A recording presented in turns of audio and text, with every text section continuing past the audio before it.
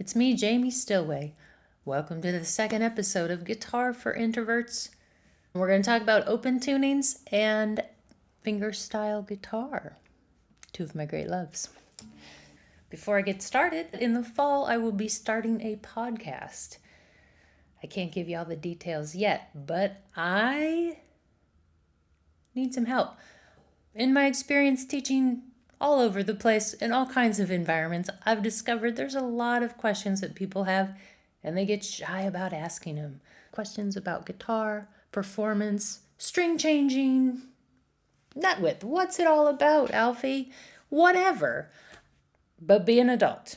Let's ask, good questions. If you have some, if you could make a voice memo or some kind of voice recording on your phone and email it to guitarforintroverts@gmail.com, it's possible your question might be in an upcoming episode. But today, what are we going to talk about? Guitar. When are we going to talk about it? Now. If you watched episode 1, you will discover we talked about the basics of a Travis picking pattern and some harmonized string pairs, and I realized there were some things I left off. Not surprisingly, how can you fit it all in to a 14-minute episode on YouTube? You cannot. We are still going to talk about open G tuning today. I love a mnemonic device. Just this morning I thought, what's a good one for open G? To refresh your memory, it's DGD. How about don't go dragging gummy bears down? I don't know why anybody would want to drag gummy bears down, but don't go dragging gummy bears down. Let's talk about just some basic right hand picking hand ideas for our left-handed playing friends. That sound cool. So last time we went over some Travis picking basics. Today I want to talk about simple arpeggios, like a thumb 1-2 triplet idea. What is that? Thumb 1-2. So simple. 1 triplet, 2 triplet, 3 triplet, 4 triplet. You can move your thumb all around the strings. I quite like doing exercises like this to sort of get my picking hand acquainted to the guitar strings. Because again, if you're new to finger picking, it can seem like suddenly the guitar has 37 strings. Now, the other thing I realized I didn't talk about in our previous episode was how to construct a major scale. And this gives me another opportunity to use another mnemonic device about Wendy Witch. Sometimes I'll ask students, hey, can you make a major scale for me? People are like, sure, yeah, right. Do a deer. I've seen Sound of Music. I know exactly what you're talking about. I say, okay, we'll play it. And it's, sometimes like, sure, yeah, I got it. And then, gosh, maybe,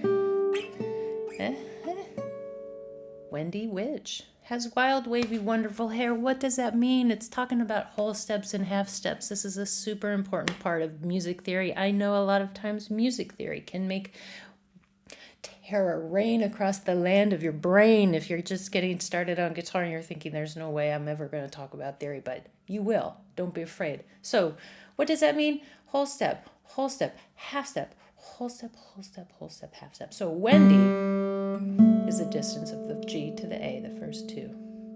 Which has wild, wavy, wonderful hair. On the guitar, 1 fret is a half step, 2 frets is a whole step. If we apply that triplet idea that I had mentioned,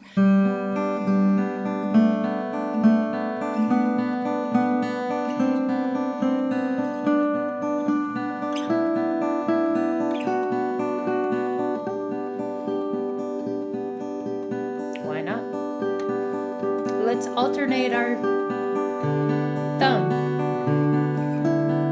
I think you can hear what I'm doing. I'm just going from the 3rd string to the 4th string. In terms of, how to practice, just mess around. Just take an idea and make something that sounds pleasing to your ears. the way we're going about it here is sort of, finger painting. Like, here are your tools, and like, just make stuff that sounds good to you. And like, again, I'll say it all the time. Give yourself all the time you need. Don't get frustrated. Well, that's inevitable. We're human. You're going to get frustrated. But, take it easy on yourself.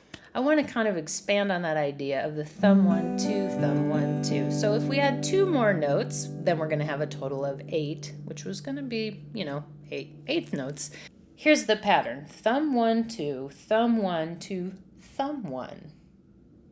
I love to say thumb 1. Thumb 1 on my mind.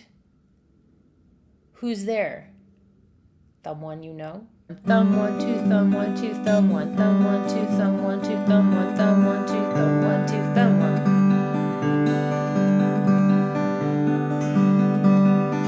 1. Do you hear how I'm alternating my bass? Now again, if I want to just really hammer that idea into the ground or something, I will then now play the major scale going up the 3rd string and then apply that pattern.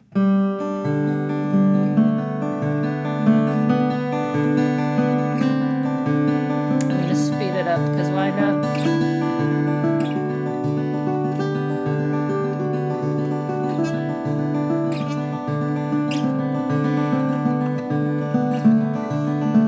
It's like I realize everything I do is in the context of a major scale, but boy, oh boy, you really can't avoid it. Like, if you want to get better, you're really good at major scales. I'm going to move my thumb to strings 5, 4, and 6. Thumb 1, 2, thumb 1, 2, thumb 1, thumb 1, 2, thumb 1, 2, thumb 1, thumb 1, 2, thumb 1, 2, thumb 1, thumb 1, 2, thumb 1, 2, thumb 1. I could be holding a sandwich and eating a sandwich with my fretting hand. Okay, so let's just talk about theory again, just like the tiniest bit. One thing you really need to know, okay, is 1, 4, 5 chords. You might have heard that being bandied about. If you've been playing some chords and you're just getting started, and you're like, sheesh, I wonder why G, C, and D go together. That's why. G is 1, A, B, 2, 3. C is 4, 5 is D. Now, what is also helpful in an open tuning is that everything is in a straight line. So this is a major chord. If you want to have a C chord, you just have to count up. So G, A, B. Now, one thing I haven't said yet is that there's always a half step between B and C and E and F. Put that in your brain and don't forget it. So that means anytime you're on a B, C is going to be 1 fret up. So here's our G chord. Here's our C chord. I don't believe in bar chords, so that's going to be the only time you're ever going to have to do that. You don't even have to do that. This is for demonstration purposes only. So knowing that C up a whole step is our D chord. Again, you don't have to bar it, but it's good to know. You might be thinking, Jamie, this is all cool and well and but whatever. I can't just go around playing little snippets of scales with finger picking patterns if I want to dazzle my friends. You could if you wanted to. I think they'll be impressed. But also, it's nice to be able to play a song. I want to encourage you to play a 12-bar blues. I'm not a blues player. I never purport to be a blues player, but I really believe in learning the song form and using that as a template for improvisation and study. A 12-bar blues, 4 bars of a 1 chord, 2 bars of a 4 chord, 2 bars of the 1 chord again. And then you have 4 bars left and you'll do 1 of each. 5, 4, 1, 5. What's that sound like on guitar? To demonstrate this, I'm going to go back to the basic Travis picking pattern we talked about. So, you know what else I want to talk about? ABCs. I'm talking about always be counting. Please don't ever start playing guitar without an idea of the tempo for yourself in your mind. 1, 2, 3, 4, 1, 2, 2, and 3, and 4. 3, 2, and 3, and 4, 4, 2, and 3, and 4.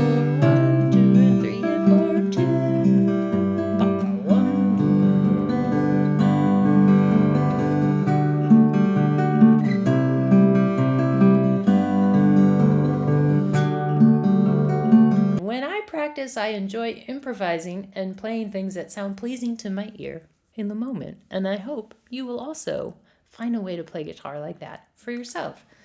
So say I'm going to be like, I'm going to play the 12-bar blues form in open G tuning.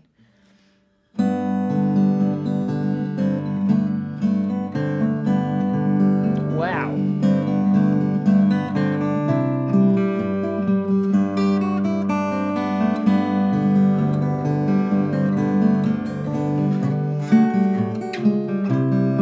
I don't know.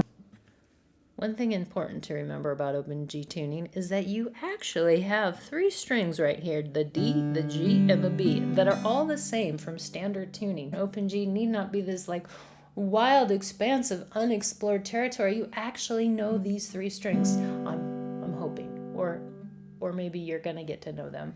So a lot of shapes are still gonna work. All I did there was I played an A minor shape, so I did G. I did A minor. I did B minor. I did C. If I want to take a quick little detour down theory lane, it's also really helpful to think about the strings numerically in terms of their relationship to the scale. In open G tuning, what we have is 5, 1, 5, 1, 3, 5. I tell you that because then it becomes quite easy to sort of figure out chords on your own. If you want to play a C chord, you know that you've got 5, 1, 3. And if you want a C minor chord, you just think, oh, what's my minor one? My third, and you're going to lower it. So you're like, who doesn't love a 1 to a minor 4 chord? Oh, I certainly do. But I digress, as usual. What have we talked about today? I get so excited to talk about guitar, and then it kind of just it all comes out at once. So things to remember today. New pattern, thumb 1, 2, triplets, adding 2 more at the end, so it's 8 notes. Thumb 1, 2, thumb 1, 2, thumb 1. Knowing how to make a major scale. Wendy Witch has wild, wavy, wonderful hair. Give yourself all the time. Delight in your mistakes.